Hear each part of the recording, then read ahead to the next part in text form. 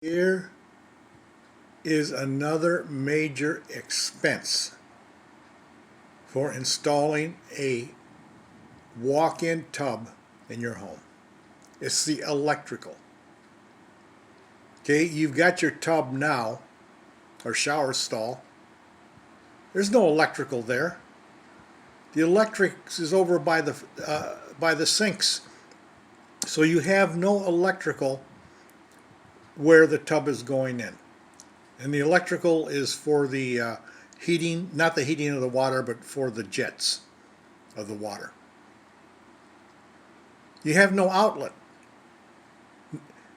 The hot tub, now rather the walk-in tub, needs a dedicated 30 amp line. That means nothing else on there. Well, you may not have that in the bathroom. That means the electrician has to go outside from the box and bring in wiring, probably through the ceiling, down into the bathroom. That is not going to be cheap for this installation of a walk-in tub.